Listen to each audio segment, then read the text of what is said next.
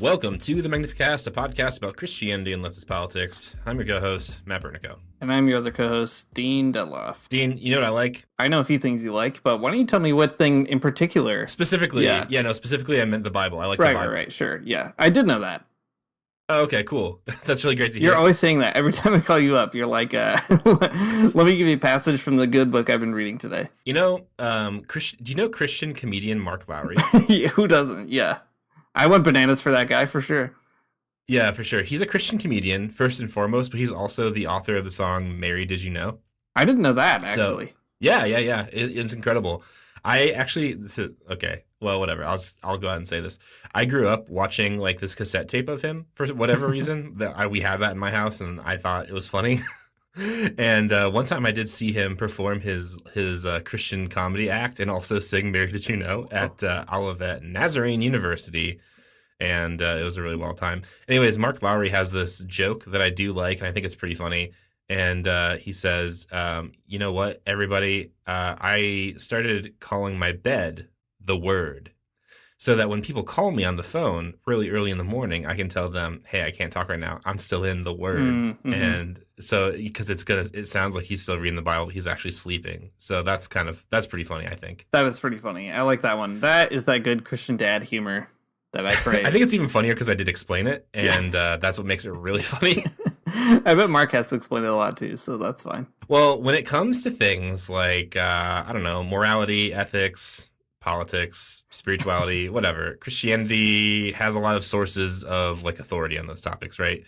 You got Christian tradition, you got sort of like the long tradition of Christians doing like philosophy, stand-up comedy. You got great pastors like Mark Lowry out there telling you his funny jokes. But also you have another big source of Christian authority in what my favorite thing, the Bible.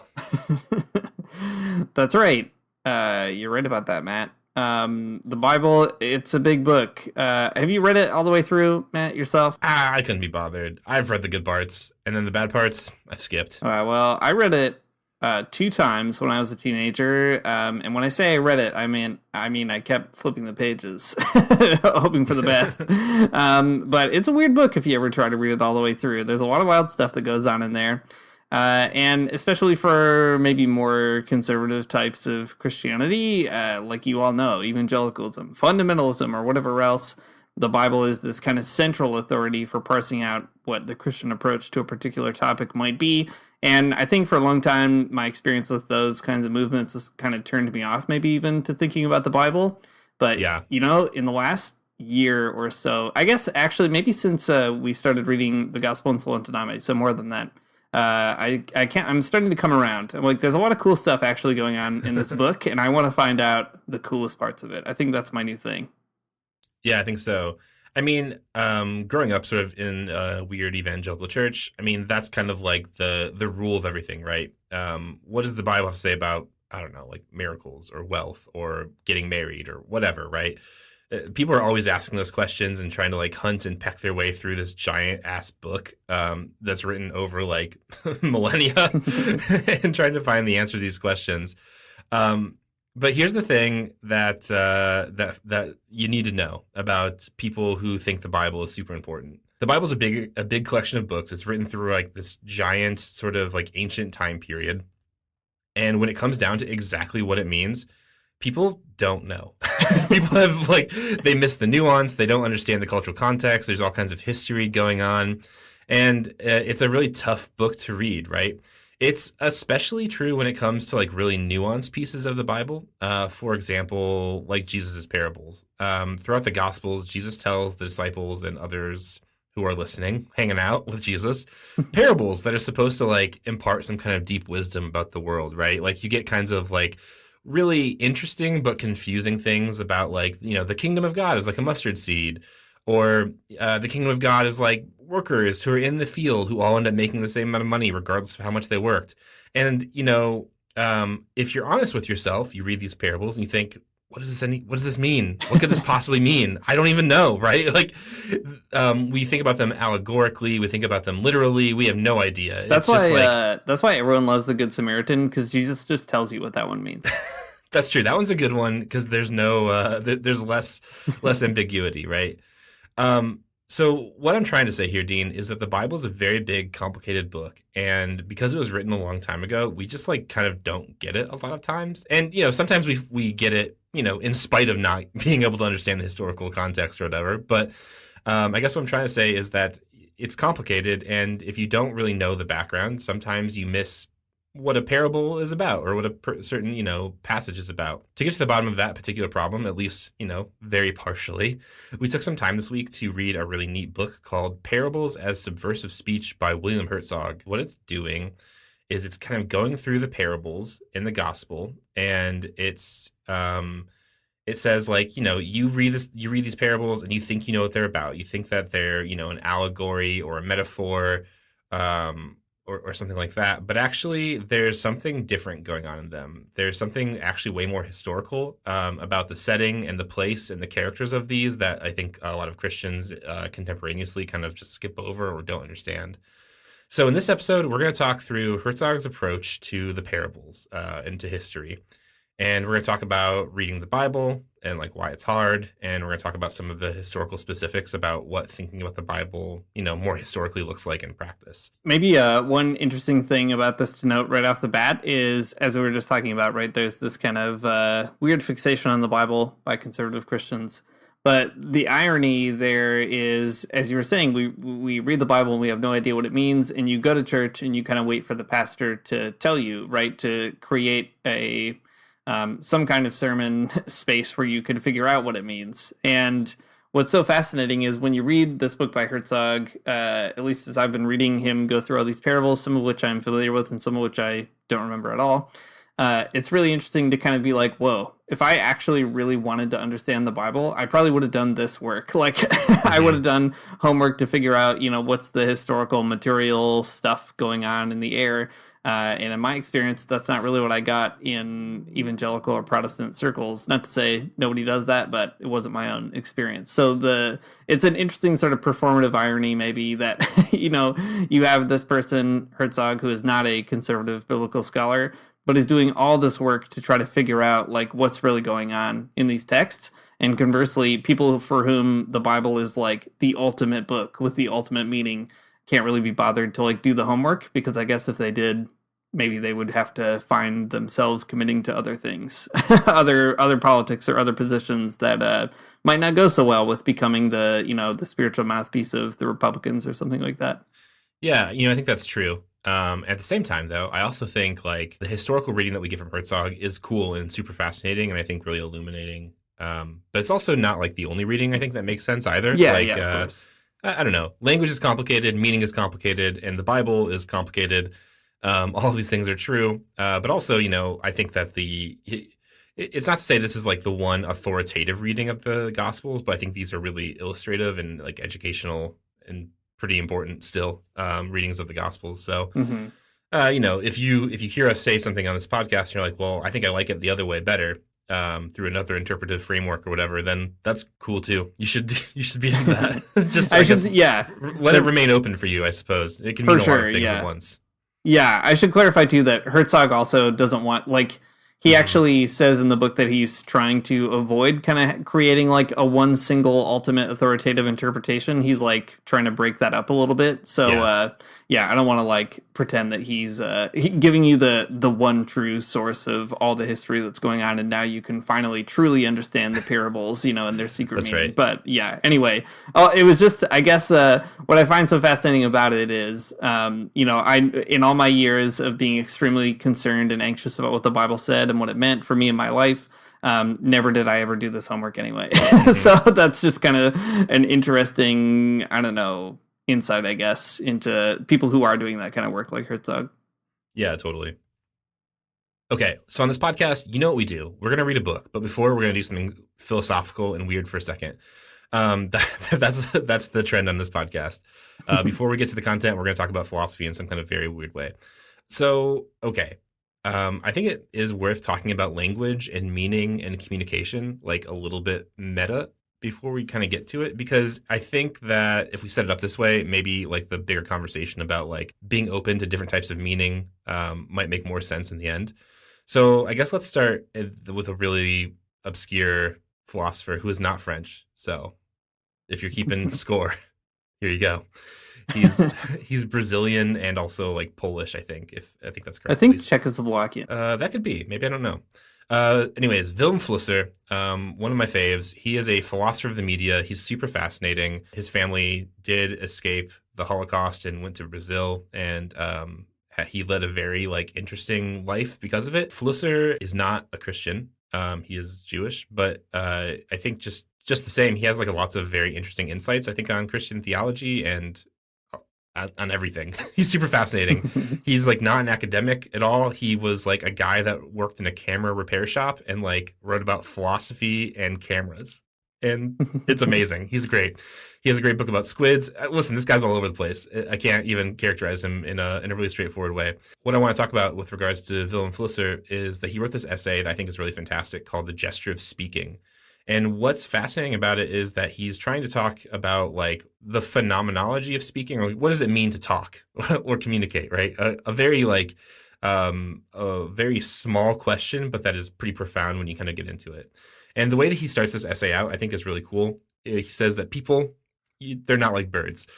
People are born with, not like birds. Birds can just chirp right out of the egg, right? They can start chirping, and the parent birds know exactly what that means, and they don't have to sort of like learn to vocalize words or kind of conceptualize meaning. They don't have to learn the big rules around abstract ideas about like language and communication like humans do. So humans and birds are different in that way. Humans have to learn like the technology of speaking and communication. Birds, they just can kind of like chirp, and that's great. Great for birds. But to make matters more complicated, we learn about these rules. We learn about the rules of language and communicating in the midst of like other historical events, like deep cultural traditions, shifting power dynamics, popular culture, all these kinds of things, right? Like, for example, if I said Dean was a quirked up white boy who was goaded by the sauce, you would all know exactly what I'm talking about, right? But you I only know, definitely do. yeah, of course. But it would make no sense to somebody like 10 years ago, or even like 1 year ago, or somebody who's never been on TikTok. Or 10 years from now. There's a lot of cultural nuance in that sentence about what it means to be goaded with the sauce. But we know. But anyways, all of this is the case because as a different sort of philosopher or cultural theorist, Stuart Hall, he argues that communication ends up being a matter of what he calls encoding and decoding. And he has like this really helpful diagram about like what that like means, but doesn't translate very well into like a podcast because it's, visual. But the basic idea is that like if you want to communicate something, you have to like encode that intention, that meaning, that like idea in your brain.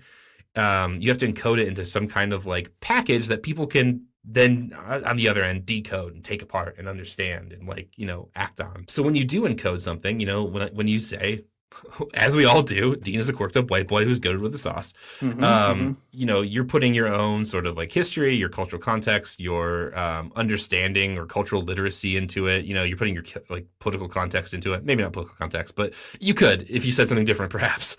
And also, you have to when you're saying something, you're also saying it within a particular like medium, right? Whether it's speech or an email or a TikTok or whatever. So whenever you talk, all of these different kinds of levels of things go into it. And what I'm trying to say in all of this kind of like rambly philosophical things about speech and communication is that communicating is something that's super commonplace and we take it for granted all the time. But it's also an extremely complex confluence of hyper-specific moments that we live in. And they're all just kind of stacked on top of each other. Stuart Hall calls these our like structures of knowledge. So like when we say something and we phrase it in a particular way and we use, an idiom or a metaphor or a particular like mimetic structure or something like I just did, we're doing that based on our life experience and sort of like what we know. So I guess I'm saying all this because I think that something's happening in the Bible that's kind of similar, especially with the parables. And I think that that'll make a lot more sense when we start talking about what's going on in Herzog's book. That like, when we read the parables in the Gospels, we're hearing them with our own, demented 2022 brains. We're hearing them in the ways that like our pastors have taught us to hear them. We hear them along the cultural ideas that we interpret them through, right? Like a book that we talk about constantly is The Gospel in Soul and Taname. And it's a great example because the folks in that book are reading the Gospels in light of the Nicaraguan Revolution, right? They're reading them in the light of a revolutionary situation. So, of course, whenever they read anything in the Bible, it's like, well, this is communist. This is a communist idea. But whereas, other people read it in different contexts with different structures of knowledge, and you end up, with some extremely bonkers different interpretations. So yeah, I guess like that's what I'm trying to say here is that when we are reading things, we're kind of bringing ourselves to the text, and that's fine. It's not wrong to do so because it's like really the only way that we can kind of live and move in the world. But it is worth knowing what we're doing when we're doing it. So I think that's maybe a good note to start off on. Yeah, and at the same time, like on the other end, right, when Jesus is saying a parable, he is saying a parable also with all kinds of structures of knowledge and saying it to people who have their own kind of structures of knowledge. So when Jesus chooses agrarian metaphors, for example, as opposed to, I don't know, metaphors that rest on having an experience in the agora or whatever, like, it's because he's addressing a particular crowd. And I think that is the perennial challenge of Christians in other times and places, right? Trying to get your mind into the head of a person who would be an initial hearer of Jesus's stories or Jesus's ministry and message, and then doing that long decoding process too of trying to be like, well, what does that even mean? Is that even transferable to my own situation? And the pressure that you get from something like evangelicalism is the pressure is to say, yes, every single thing that Jesus said matters uniquely to you because it's all universal. No matter how he said it or who he said it to, it's sort of universally applicable in the same way across time and space, right? But what's really kind of challenging is trying to figure out what is actually the particular. What's particular about Jesus talking to a handful of people in this region at this time of like the the sort of rhythm of the Jewish year and so on and so forth, right? All those kinds of things factor in. And if you don't have that at the front of your brain, and you can't unless you're a Bible scholar, then you're kind of left like basically doing your best and then just kind of hoping for the best at the end, right? And it can't really be otherwise. And I don't think it's necessarily a good or bad thing. It's just sort of a recognition of, human finitude maybe or something like that. Yeah, that's a good way to think about it. It's human finitude, not like, I don't know. I guess what I'm trying to say is it's not like malicious or something. I think people don't necessarily come to the text wanting to read it incorrectly, but because of our limited, I don't know, structures of knowledge in our brains and what we know, it's always imperfect. That's fine. Mm-hmm. Yeah, and maybe I guess that's the point I was trying to circle around that I forgot as I was talking. It's imperfect and it's fine. Yeah, and evangelicalism is like it sets you up on an impossible task, right? Which is to get it perfect, to get it absolutely right. And if you don't, then you're failing for some reason or other, whether it's ignorance or sin or I don't know, whatever else. But the point is, it couldn't be otherwise. You have to accept defeat and then also find out a way to kind of celebrate that defeat and be like, what an exciting situation. I can't be right. So I can maybe figure out all kinds of more interesting ways to be wrong or something like that. And in fact, in this Herzog book, I think what you'll find is that like you would never know any of this stuff. And there's maybe some type of like a feeling of freedom when you kind of learn the historical background, because it's like you're struggling to figure out how this parable might apply to your life, because like it's not about your life in the least. It's like about something that's very different from your life. And maybe there's something interesting to pull out from it, and that's cool, and that's like the interpretive work that you have to do. But like it's not your fault that you don't relate directly to what was happening with like a peasant uprising and whatever in like ancient Palestine. Exactly. So I think maybe one way that we could get into this is talking a bit about how Herzog himself sets up his kind of reading method, because it's actually very interesting. And then we could pick one parable out of the many parables to sort of focus on and talk through. So first things first, in terms of method, Herzog, he is a smart guy, right? He's a professional Bible knower, if you will. I will. Thank you. And if you have had a chance to become a professional Bible knower in some way or other, for instance, I went to a Bible college and took a lot of Bible classes about the Bible. You'll know that there are all kinds of conversations in the scholarly world about what to do with the Bible. and we gesture toward them sometimes on this podcast. So, for example, the example I always like to give is the Jesus seminar, this kind of moment where all these scholars got together and tried to decide for, what are the things that Jesus definitely said for sure, and what are the things that were kind of embellished or a bit fantastical, right? And they had this whole voting process to figure it out. There's this kind of like, especially in the 1800s and 1900s, this big dialogue around trying to figure out what the Bible even is in scholarship. And then that feeds into all these theological debates too about fundamentalism, which rises up kind of in response to all these attempts to kind of maybe disintegrate the Bible or pull it apart or kind of, figure out what else is going on in there. What are the authorship issues and so on. So Herzog is like weighing into some of this. I can't remember what year this book is written, but anyway, after the early 70s. So he is really fascinating because like he notes, okay, some people want to find the exact one single reading of a biblical text, and they want to argue that there's only one way to understand it. And, they might be conservative Christians, that might even be kind of progressive, like history obsessed Christians, but they want to find the one meaning. And he says the irony is biblical scholarship has all kinds of one singular meanings that they are all arguing about all the time. So it's a bit of a self-defeating project. And then he also says, there's kind of a futility in just trying to figure out like the pure historical conditions and then be like, you've got the key. So instead of appealing to all these weird German biblical scholars and so on, he actually appeals to Paulo Freire, who's a Brazilian educator, popular educator, and was interested in liberation theology as well. And he uses Freire in particular as his way of kind of creating a bit of a language that he can use to talk about the parables. So here is what he says about Freire, and then maybe we can unpack Freire a bit and figure it out. He says, without invoking the entire program developed by Freire, it's possible to propose that Jesus used parables to present situations familiar to the rural poor, to encode the systems of oppression that controlled their lives and held them in bondage. Living in a visual culture, Freire used pictures as codifications. Jesus, who lived in an oral culture, used storytelling. The parable, then, was not merely a vehicle to communicate theology or ethics, but a codification designed to stimulate social analysis and to expose the contradictions between the actual situation of its hearers and the Torah of God's justice. So the parallel that Herzog is giving us here is Jesus and Paulo Freire are doing some similar things. So Paulo Freire, as I said, is this popular educator.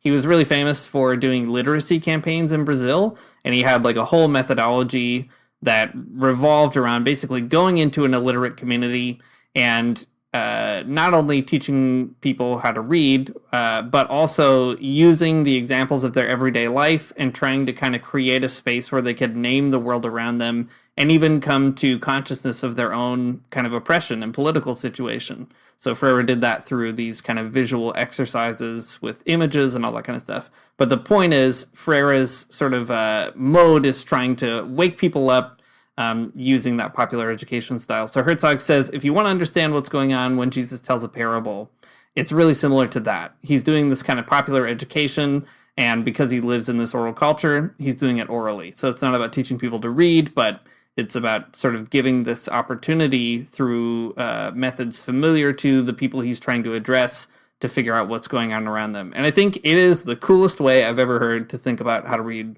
parables. Way cooler than reading dusty, boring Germans who are obsessed with like the science of the Bible or something. Yeah, I think so too. I mean, the cool thing about this approach is that it takes the text really seriously.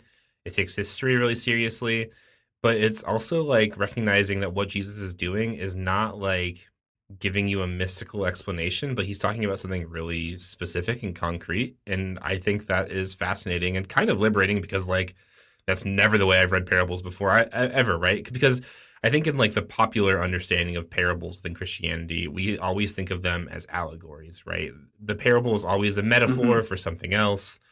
There's a landowner, there's a king, there's a worker, there's a vineyard, whatever, and these are all metaphors for something, and we have to kind of figure it out and sort of parse it out in just our way.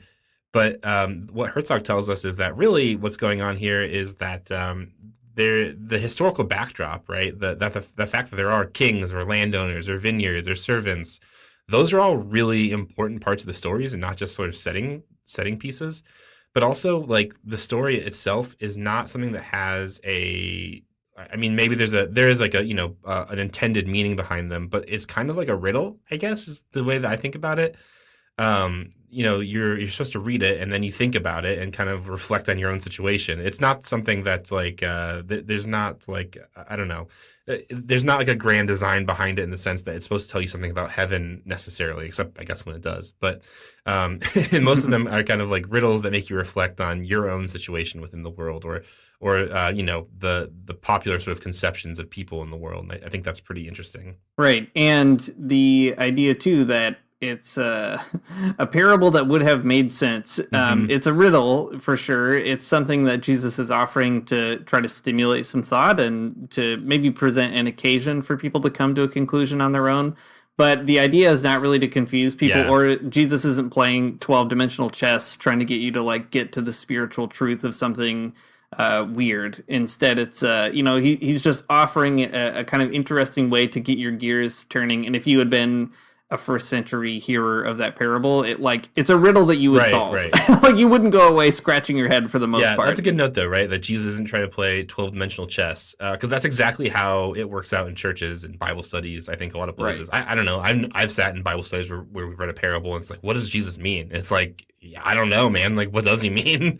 What is this all about? What does it mean that the kingdom of God's like a mustard seed or whatever? I have no idea. Well, let's dive into it then. Let's talk about a parable that Herzog talks about. So I picked one out of the book that I was kind of unfamiliar with because I thought that would be a fun way to get to know it. But also, I think I picked one out that is particularly interesting to this podcast. I mean, I think they all kind of are in one way or another, but this one, I think, doubly so. So in Mark chapter 12, there is a parable that at least I don't know, I didn't remember immediately. There's a lot of them that I think I have bounced around in my brain sometimes. This one is not one of them. Dean, were you familiar with this one? No, I couldn't remember at all when we started reading it. Well, it's in there. It's in Mark. This is Mark chapter 12. It's called The Parable of the Tenants. Jesus then began to speak to them in parables. A man planted a vineyard. He put a wall around it. He dug a pit for the winepress and built a watchtower. Then he rented the vineyard to some farmers and moved to another place. At harvest time, he sent a servant to the tenants to collect from them some fruit of the vineyard. But they seized him, beat him, and sent him away empty-handed. Then he sent another servant to them. They struck this man on the head and treated him shamefully. He sent still another, and that one they killed. He sent many others, and some of them they beat, others they killed. He had one left to send, a son whom he loved. He sent him last of all, saying, "They will respect my son." But the tenants didn't. Spoiler alert, they did not respect the son. But the tenants said to one another, "This is their heir. Let's kill him, and the inheritance will be ours." So they took him and killed him and threw him out of the vineyard. This is Jesus talking here. What then will the owner of the vineyard do? He will come and kill the tenants and give the vineyard to others. Haven't you read this passage of Scripture? The stone the builders rejected has become the cornerstone. The Lord has done this, and it's marvelous in our eyes. Then the chief priests, the teachers of the law, and the elders looked for a way to arrest him because they knew he had spoken a parable against them. But they were afraid of the crowd, so they left and they went away. Okay, so this is an interesting passage from Mark, and I think that, like, if you're a person who spent any time in church, any time in a Bible study trying to figure out what parables mean, I bet your brain is already turning. I bet you think you know what this parable is already about, right? This is an allegory. Jesus is the landowner. The people that the landowner sends to collect the rents and get the fruit from the renters. They're prophets. The son that the landlord loved, that's Jesus. And it's kind of this foreboding allegory about like what will happen to Jesus and kind of like what that means sort of cosmically. And at the end, it's like, well, then the chief priests are nervous because Jesus is talking about them, that they're going to kill him. And then they leave for some reason. But that's all wrong. That's all wrong, according to Herzog. That there's something actually deeper going on here that's actually far less complicated than the 12-dimensional chess of kind of like figuring out who God is in this story or who God isn't in this story. Dean, do you want to talk about theology? This is the term that Herzog uses here. There's a lot of different things here going on, and as Matt said, maybe our temptation is to figure out who's playing which role and where do we fit in and where do we see ourselves in the parable. So Herzog has a cool term where he talks about that habit maybe. So he says in this process, one detail or character might be invested heavily with theological meaning, while the other details are ignored. This selective investment of the details of these parables might be called theology, a kind of allegory in the making but incomplete, inconsistent, and highly selective. And I think that is actually how I've always felt when I hear like an allegorical reading of a parable. I mean, some of them fit pretty snugly, I guess, but a lot of the time it's like, okay, yeah, I can see the allegory with like this or that piece of the parable, but then there's all kinds of other characters that are completely accidental, I guess. Like they like don't really matter. It's just Jesus kind of dressing up the scene or something. I had a professor in college in my graduate program, Nick Ansel, who's like a brilliant Bible scholar, like one of the most creative biblical scholars I've ever read. And one of the most transformative things that he had suggested, I forget even what passage it was or something, but it was some kind of place. And I remember being like, I like don't know what to do with this particular thing. Like if God is supposed to be this character, then what does that mean for something else? And, I guess I was theologically troubled by it or something. And he was like, well, why do you think that God has to be that character? Like, why is that character representative of God? And I was like, I don't know. I guess that's just what people have always said. That's obviously God, and everybody else isn't. And he's like, well, the Bible doesn't say that. So, like, why is that person God and not this other person in the parable? And just that kind of freedom to experiment and think about it, I think it's sort of recognizing that, as Herzog says, a theology is always, an allegory in the making, but it's not quite there. There's something incomplete about it.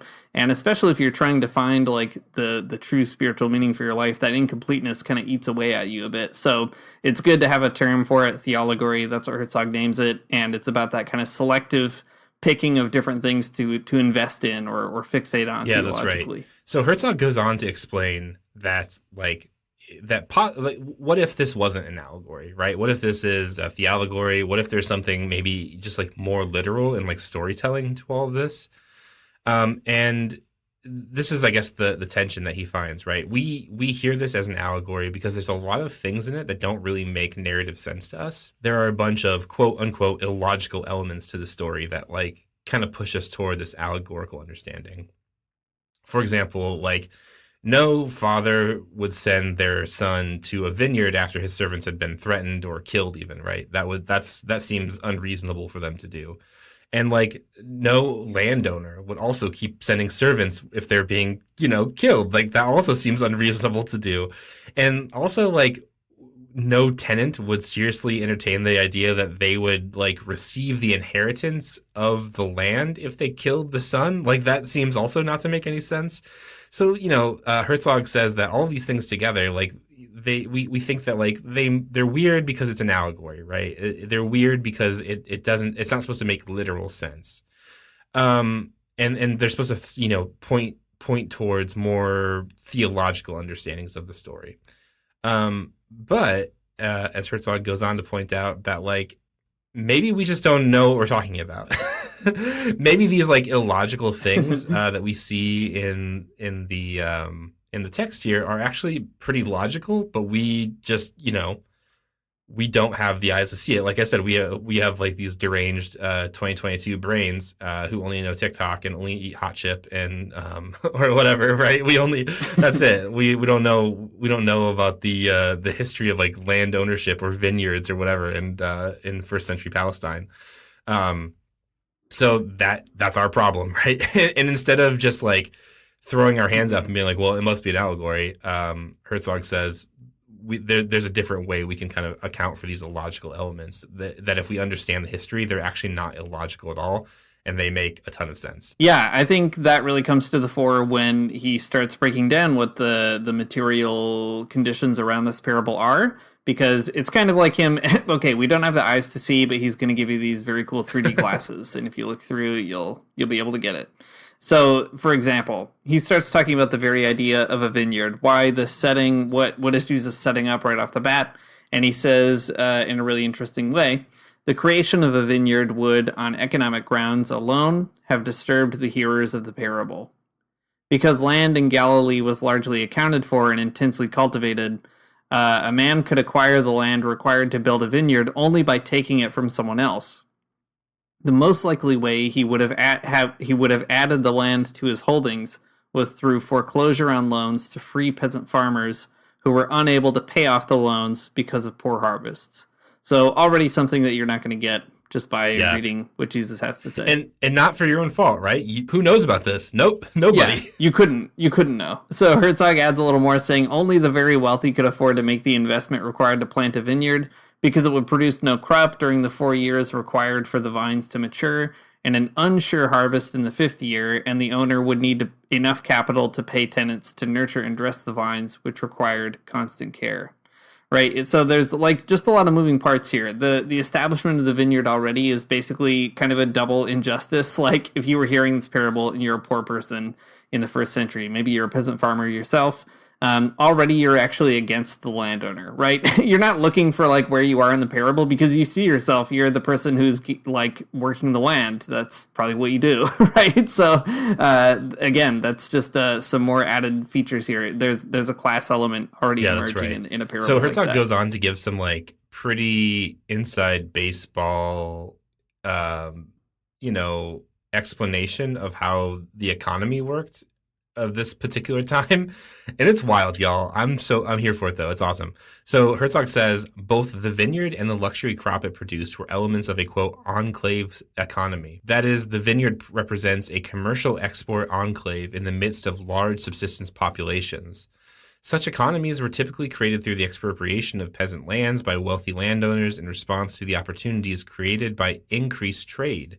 The opening lines of the parable then describe the process and imply a class conflict in which the class of the man converting the land into a vineyard is creating tenants, peasants displaced from their land and hired back in some kind of sharecropping arrangement.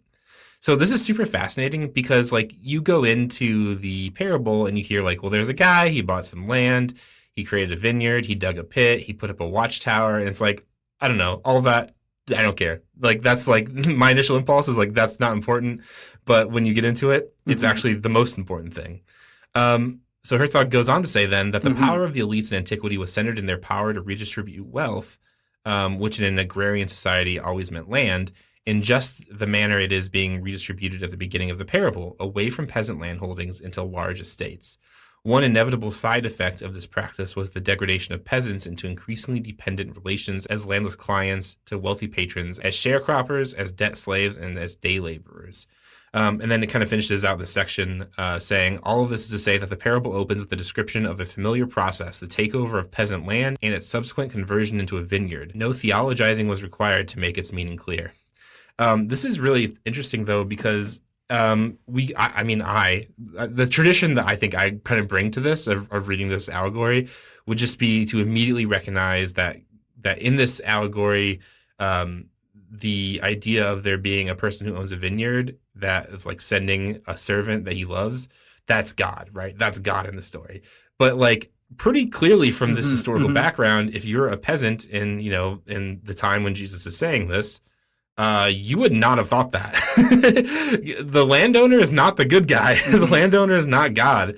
I mean, let alone, maybe it would have been like too far, a bridge too far to even consider like a man as sort of a stand-in for God as a theological idea or something. So like, I think what's interesting though is if you have that background and like, what is happening in this story? Like, what could this possibly be about, right? If the historical reading tells us that like the vineyard owner is the bad guy, then like what is going on, right? You can't make sense of this as sort of just a theology allegory or something. It's something I think like more historical, right? And how weird is it too that capitalism and the church's long history with feudalism have so shaped our imagination that you automatically assume the property owner must be God, right? The wealthy person must be God because that's the person with the power. So like that's where God must be located, which is such a weird intuition, but it's one that we all just have. So let's talk about the other side. Herzog goes on to say the parable describes real social and economic conditions in Palestine where large estates owned by Gentile landlords were an affront. to growing nationalist sentiment represented by the Zealots. In this highly charged atmosphere, the tenants' refusal to pay rent was nothing less than a prelude to murder and the forcible seizure of land by the peasantry. So there's another layer here of the Jewish community is a community that is, living in their territories being occupied, and so there's also the subtext that Herzog explains further that kind of tells you the landowner is from outside. And, there's this backdrop of like the Maccabean Revolution. There's the Zealots running around. And then Herzog continues and says, peasant villagers sought only to maintain their status relative to their peers. They were not acquisitive because gaining a disproportionate amount of wealth could be accomplished only at the expense of other villagers. And honorable peasants did not wish to disadvantage their neighbors. When peasants were no longer able to maintain their level of subsistence, then they could no longer retain their status as honorable villagers. They had lost the ability to maintain their household and could no longer contribute to the ceremonial needs of the village. Having been forced beyond the narrow parameters required for their survival, they had no choice but to rebel. So on the landowner side, you have this economic logic. There's an investment of capital with the expectation of return 5 years later. This person got a lucky break, or they strategized around taking the land from these peasants and turning them into tenants. And then on the other hand, on the backside, the peasants, the tenants now have nowhere else to go. They're sucked into this dependency relationship. And there's all this other kind of political tension involved. And so it's completely in the story, when you read it as maybe a person in 2022, maybe at like a bourgeois evangelical Bible study or something, the very idea of violence is already abhorrent, right? It's kind of part of our Christian thought. The people who are being violent are probably the bad guys, because why would you ever want to do that? But as Herzog is explaining, if you're hearing the story, you already sympathize with the violence. Of course they would kill these people, right? Like, what other choice did they have? And that is a really fascinating thing I would never have thought about reading that parable. Yeah, I agree. I mean, it's so interesting because like what usually is interpreted as just like a parable, pointing towards some high-minded sort of theological and metaphysical ideas is actually just about primitive accumulation. Like it's a thing that Jesus is telling the peasants because it's like it's something they know about, right? It's kind of something that's already going to get them mad and upset because they recognize this as sort of a real systemic problem. And with the subtext of peasant uprising, pretty interesting. Okay, so Herzog goes on to say though that that read within this historical context, the parable alludes to the first and final phases of what he calls the spiral of violence, which is an idea that he borrows from Dom Helder Camara, which we can talk about in a minute. But it concentrates on its second phase. In short, the parable codifies the spiral of violence by describing a local peasant revolt on a great estate. This rebellion was too small to make the news or historians' records, but may have been typical of the brush fires that kept breaking out in the parched economic landscape of Galilee and Judea. And then he says, the thrill of revolt may be satisfying, but it's usually short-lived. The parable ends as abruptly as most peasant revolts. Just when the narrative appears to be gathering convincing momentum, it's stopped dead in its tracks with a question. What then will the owner, or the lord, of the vineyard do? The question answers itself. The officially sanctioned violence of the state, of the elites, will crush the revolt. There may have been revolts in the ancient world, but there were no revolutions. The distinction is important. Revolts are uprisings that are inevitably crushed by elites, whereas revolutionary movements, like those found in the modern world, have a chance of success because they have access to weapons and political influence. In the ancient world, the state held a virtual monopoly on all military force and technology that controls the ensured futility of peasant revolts, whatever their scope. So this is super fascinating because this is not a parable that's actually telling you to think about God or theology. It's the one that's telling you to think about a social problem. It's a parable that's asking you to think about revolt and its efficacy. And Herzog recognizes that it's saying something. It's kind of making an intervention into the idea of peasant revolt, not saying that it's like wrong to do or something. It's not warning against it necessarily, but it's saying that there's sort of a spiral of violence, right? What do you think the owner of the vineyard will do to the peasant revolt? It's recognizing that there's a systemic problem with the way that like these agrarian situations work out. So what Jesus is doing is like pretty radical class analysis if you think about it historically. Yeah, and maybe we can kind of unpack the spiral of violence idea as well, because it's a really interesting one. So, as you said, it comes from Dom Helder Camara, who is kind of like the, I don't know, one of the most famous liberation theology bishops in Brazil. He was a bishop under dictatorship and a really fascinating guy. He's famous for the phrase that you've probably heard: when I feed the poor, they call me a saint. When I ask why they're poor, they call me a communist. That's the typical Camara line. So he contributed this idea of the spiral of violence to liberation theology. It's pretty influential. And basically, well, I'll read how Herzog summarizes it because he does a pretty good job. He says there's three phases. The spiral begins in the everyday oppression and exploitation of the poor by the ruling elites. This violence is often covert and sanctioned by law, such as the hostile takeover of peasant land. More often than not, peasants simply adjust and adapt, but as suggested above, even peasants have a breaking point. When their very subsistence is threatened, they will revolt. This is the second phase of the spiral of violence, and it's the phrase the parable depicts in the greatest detail. Inevitably, such rebellions or revolts are repressed through the use of force, as the final question of the parable suggests. This officially sanctioned violence defines the final phase of the spiral, which always occurs under the pretext of safeguarding public order or national security. So the idea being, as you said, Matt, what Jesus is doing is really kind of prompting a question of strategy, right? Like, okay, of course, the peasants have a kind of material reason to rebel or to revolt, but if the desire is to then get their subsistence back, they're not going to get that. Instead, they'll just get crushed. It will be even worse than Right. them being exploited, right? Being killed.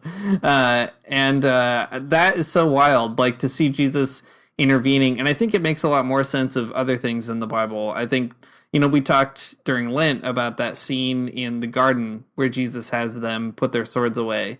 And the reading from the Gospel in Solentiname folks was exactly that strategically Jesus seemed to think this is a bad time for violence.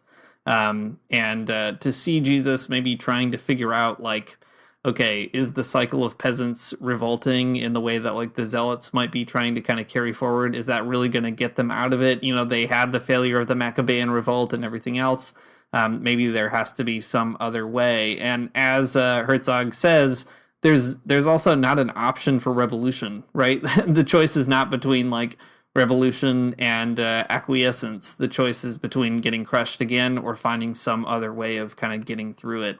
And that is like actually such a powerful way of trying to think through even Jesus's own like strategic interventions in the first century. So I don't know, give me a new perspective on Jesus as like a cool political theorist. Yeah, there's definitely something to that is I don't know, I've never heard before. I think it's really cool. It makes me more excited about Jesus, honestly. I liked him before, but now, Yeah. I'm thinking a little bit harder about it. Okay, so Herzog rounds some of these ideas out. I'm going to read these two paragraphs here, and maybe we can come to some conclusions about it. So Herzog says that peasants resort to violence not to usher in an ideal order of justice, which would be like, a revolutionary situation, but instead to restore what they had recently lost. In this parable, the tenants have rebelled for the purpose of restoring their patrimonial holdings, a situation that renders their actions and motive perfectly clear, right? So, like, why were these tenants like killing the servants that the landowner was sending in the first place? Doesn't that sound bizarre and weird and kind of illogical? No, it makes a lot of sense if you know the historical aspect of it. And then Herzog says, this is kind of in the concluding remarks about the chapter. In light of the meaning of the land suggested here, the tenants' motives may become more understandable. They were peasants pushed over the edge of survival, and they were heirs of Yahweh's allotment of the land whose inheritance had been stolen from them. Their violent outbursts were their way of reasserting their honorable status as heirs, not the shameful act of usurpers. So I think, Dean, your reading makes a lot of sense, right? Jesus is not commenting on, it's not about standing down. It's not about not struggling. It's not about not using violence because of some kind of like, I don't know, grand pacifistic ideal. But it's like a real move of strategy. Don't do a peasant revolt because you're not going to win.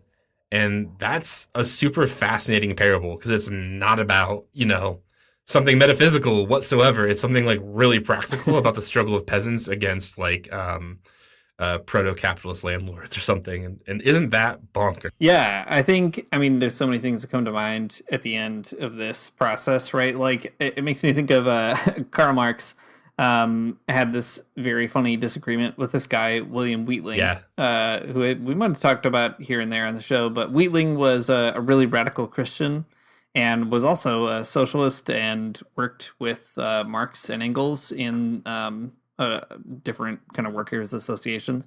Anyway, Wheatling was a zealot. He really wanted to like go do a revolution in Germany for sure.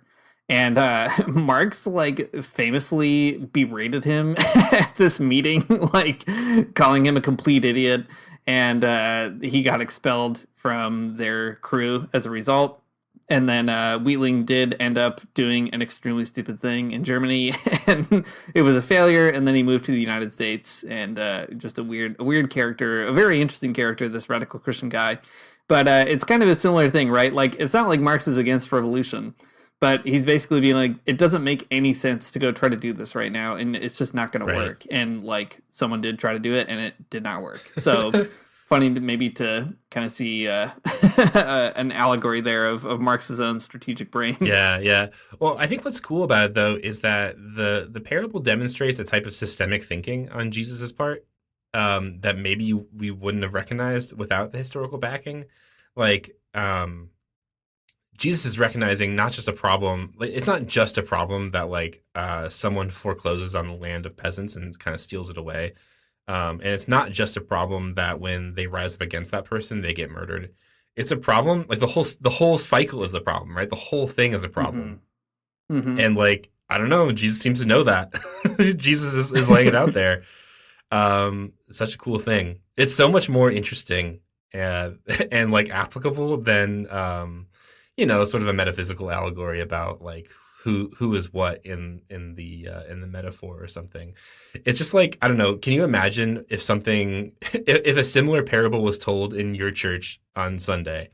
I don't know, your pastor would be like, okay, so there are farmers whose land is being foreclosed upon them or something. Right. Like a really what if church was like a really practical strategy session about like how to resist the wealthy from taking over your life. Yeah. I think it's interesting too because we were talking earlier about different ways of reading the Bible. I don't know, maybe there are ways of like kind of spiritualizing a parable like this, and I think it's fine to like play around with it. I think I'm convinced. Herzog has me convinced. I feel like he gave me the one true reading of this parable that I've always wanted and needed. But nevertheless, there's probably ways to play with it. But the question is always still, what's even the purpose of doing that? Like, what do you get out of it at the end? And if what you get out of spiritualizing this or that piece of it is a theology, right? Investing in some parts and not others, a theology that ends up being like, okay, God is the dad and Jesus is the son who gets killed, and then we are like all the sinners who are the peasants, and the peasants are bad. That is a spiritual story that not only obscures the meaning of the text, but actually puts you on the wrong side. Like, the voice of God in the text, wherever you want to locate it, is Jesus's voice, really, at the end of the day, right? And what is he trying to kind of get us to see? Or maybe the voice of God in the text is actually the land itself. That's something that Herzog seems to kind of gesture toward. So I think there's probably a lot of ways to still play with it, but it's important maybe not to, it's important to avoid theologizing before at least getting kind of the material stuff right. And then you can play with the rest of it once you kind of have a handle on it. Yeah, I mean, the kind of terrifying thing about this book is I'm thinking about all the times we've done the bad thing that we just said. Like, for example, I remember there's an episode, I couldn't even tell you which one. It was a while ago. Maybe we were talking about Jubilee or debt forgiveness. It was probably before the more recent episodes on that. But there is a parable in Matthew where there is a king, and the king has a servant, and the servant has a big debt that he's indebted to the king. And the king says, okay, I'm forgiving your debts, so there you go. And then the servant turns around and he goes to find somebody who owes him money, And he, instead of forgiving the debts like the king forgave his, he like beats the guy up and tells him like, "You better pay me my money, you dumb idiot." And like, I think I remember, our reading of that was like, well, you should forgive people who have debts against you, and like, isn't that a cool radical idea? And I think that it is a cool radical idea. It is a great idea to forgive people's debts who are holding debts against you. But Herzog has a whole chapter about that particular parable, and I gotta tell you, Dean, we're really off, man. We don't have it right at all. Instead of it being about forgiving people's debts, it's about the king is actually kind of shitty, and he's doing something sneaky against his other guy here. So it's just like, it's interesting though, because we're so enculturated to think of God in these parables is synonymous with the king, because we have these like very weird, skewed like ideas of what a king is, where it's very different, given the context of the time period, right? There's no way that Jesus would tell a story of a king in Palestine, a place that is being occupied by Rome, and the king would be the stand-in for God. Like that wouldn't make sense at all, right? If people like peasant farmers or whatever hear Jesus talking about a king, they're like, "Oh, you mean the bad guy? I get it. No big deal." Right. So all that to say, like, I guess we've gotten it wrong in the past, and I think that's fine. Maybe wrong isn't the right word. We have read it in a way that's more like an analogy or a metaphor, and I think that's fine. We're playing with it. We're feeling it out, and that's whatever. That's all we can do. But we did lack the historical background in the past, and I'm not sorry for it, but I am excited to learn more about it. Yeah, I think that's the thing too, right? Is I guess the two things that come to mind for me are, there's some quote from St. Augustine someplace where he says, if you want to know if you're reading the Bible right, the test is, when you read it, do you love others more than you did before? And if you do, great, you read it right. And if you don't, you read it wrong. I think that is a great rule. I'm paraphrasing it very badly, but maybe I'm demonstrating the principle at least, or carrying forward the logic, right? If you come out of it loving others better, good job. If you come out of it having a better handle on strategy for fighting back against landlords, you're doing it right. That's love, though. That's love. The other thing I think of is the Solentiname text, because like they're constantly, I don't know, probably wrong about historically things. Yeah. But like they're right in a more ultimate sense. Mm-hmm. And the reading that they give is actually kind of performing or repeating what Jesus is trying to do in the telling of the parables. So the key is not even necessarily to like, find the one solution, lock yourself into it, and then correct all your pastors or whatever. But I guess. But you can do that. You can do that, of course. But what something like this reading from Herzog opens you up to do is maybe, just have a better handle on how you can more effectively kind of keep that tradition going forward with some more stuff. But you don't need it necessarily. Right. Some people are just naturally good at it. Some people like Laureano and the Gospel in Solentiname, they just know what they're doing. I think that's fine. I think that's such a good example. Gospel in Solentiname is great because it does get the historical stuff wrong, and it doesn't end up mattering in the end. It's like whatever. But what's cool about this historical reading, though, is that like it shifts the importance away from theology and towards how the poor would have heard it. Mm-hmm. And I mean, like, if we take really seriously what the Bible says, that the gospel is about the good news to the poor, right? Then, like, I don't know, maybe that's how you have to think about it. Like, it shifts the interpretive framework, like that you have to hear this from a particular angle, right? Mm-hmm. And the Gospel in Solentiname figures this out in a different way, not the historical sense, but like in the spirit of the thing or something. Mm-hmm. That there's this this angle where it's heard from it's heard in the right way to the right group of people against maybe more bourgeois understandings of the Bible. And that's pretty neat. So there you have it. When you read the Bible, you can read it with these 3D glasses that say preferential option for the poor on it. And then you'll know exactly what Jesus is saying in all his extremely simple riddles. There you have it, folks. Jesus has a lot to say to you personally, and it's about how to resist landlords, and it's great. We love it. Thanks for listening to the Magnificast. If you like what we heard, you can support us on Patreon at patreon.com/the Magnificast. If you didn't like what we heard, you can still support us there. No big deal. We'll take your money either way, and it's okay. Our intro music is by Mario Armstrong. Our outro music is by Theological Spoon. If you want to listen to Theological Spoon, and I've been doing it a lot in the last few weeks, you can go to Bandcamp and search Theological Spoon, all one word, and it's great. It's interesting music, and I like it. And you can like it too if you go do that thing I just said. All right, we'll see you next week.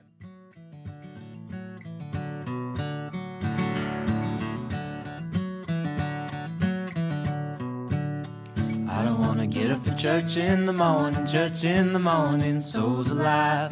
Heaven come to earth and there won't be no church. We'll meet down by the riverside. There we'll swim with all creation. Never get tired, never bored. Don't worry, someday there'll be no dam between us and our Lord.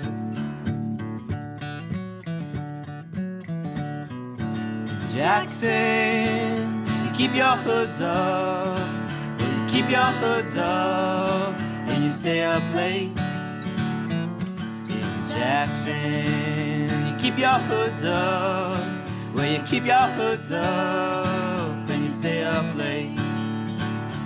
Oh, don't mind a cold night, but we might mind if you leave too soon. So come on now, it's still early. At least I would have